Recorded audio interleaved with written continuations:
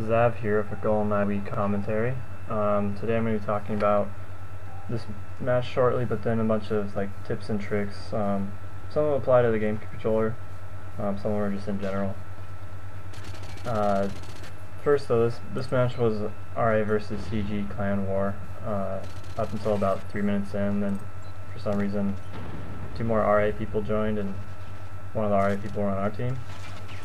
But it was supposed to be an RA versus CG Clan War, and Darukai from the CG Clan asked me to step in and just substitute for someone. So that's why I'm in there. I wasn't actually a member of CG at the time. The team I was on ended up winning. Went 40-37. I went 12-9, and everyone other than me is a level 56 in the match. Then you have RA Arizona, me, RA Melee, Darukai, Rize, and toolazy show up later. So I'm going to start with the tips. GameCube controller I think in general is better than classic controller. Classic controller, you're hooked up to the Wiimote, which uses wireless, whereas the GameCube controller you can use the corded version. There is a Wavebird, but the corded version is going to be slightly faster as far as signals go and get relayed to the Wii. So it's probably just better in general than the classic controller. If you're using a classic controller or a GameCube controller, you want to aim where you expect people to be, because you can't just get your cursor to where they are as fast. I mean, if you turn up sensitivity you can, but it's a little harder to stabilize it sometimes. So sometimes it's better just to have it a little bit lower. So that's where, when you turn corners, you just kind of make sure your cursor is the whole time where you would expect someone to be if they came right around the corner.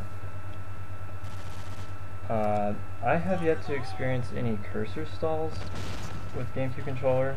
I've heard people say their classic controller gives them that. I know the Wiimote does because I've heard it from people. But with the GameCube controller, and I would imagine the classic controller is similar, I haven't really experienced any cursor stalls. So I don't know if you actually have those occur. I mentioned aiming around corners where you expect someone to be. That's kind of like keeping angles in mind. Another example too is with shotguns. You want to hug the corner when you turn the corner, because if someone else is coming around, you're going to be closer to them, and you're more likely to actually kill them faster. If you're going around the corner and you're not hugging it, then you have more distance between you and them, and you're more likely to miss or not fully kill them. And that also brings in distance into mind. Depending on how far away they are, shotguns are not going to be as good. You want to be up close, so that's where you want a different gun, maybe a machine gun or submachine gun. When it comes to ADS versus hipfire, usually if they're farther away, you'll see me ADS. But if they're really close, I'm probably not going to ADS. I'm probably just going to hipfire. Hipfiring is good up close because if you ADS, not only does it slow you down, your movement-wise, if they also ADS, then they can lock onto you. Hipfiring kind of acts as a brake mechanism, and their lock kind of gets broken.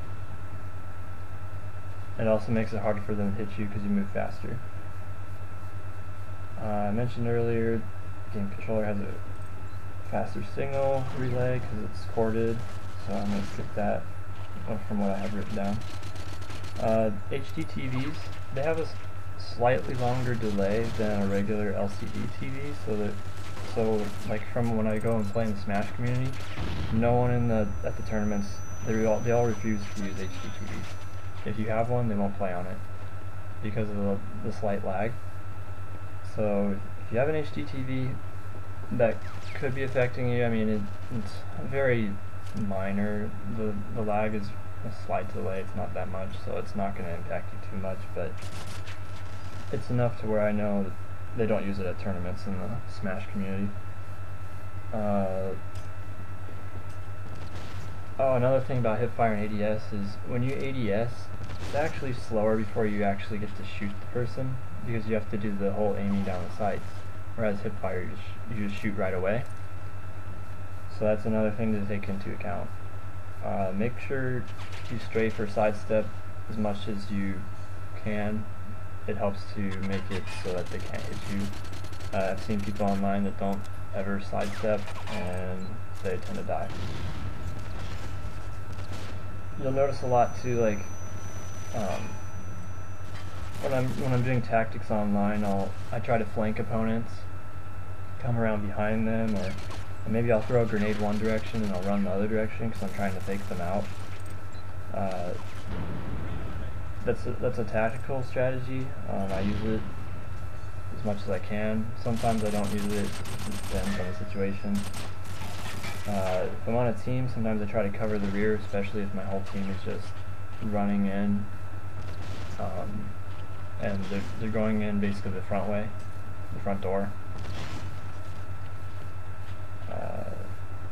You'll notice I gun jack a lot. There's certain times when you can gun jack, and there's other times where you don't want to. If everyone is shooting at you, don't gun jack. You're gonna just die. Because you're just basically putting yourself in a situation where you're standing there to be shot at. Try to kill everyone first, clear the room.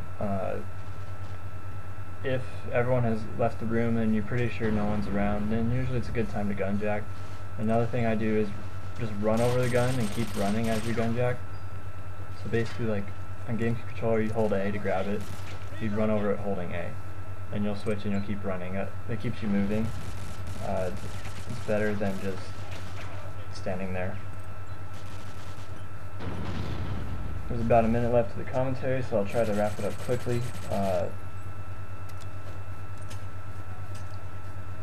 You want to know where spawn points are and the glitches in the game. Spawn points are going to help you spawn lock. They're also going to help you help prevent you from getting spawn locked.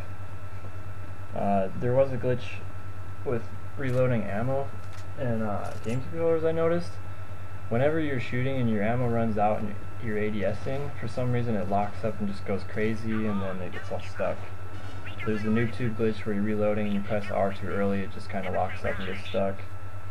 And then there's an infinite ammo glitch where whenever you run over a gun, it'll automatically reload and you won't have to reload.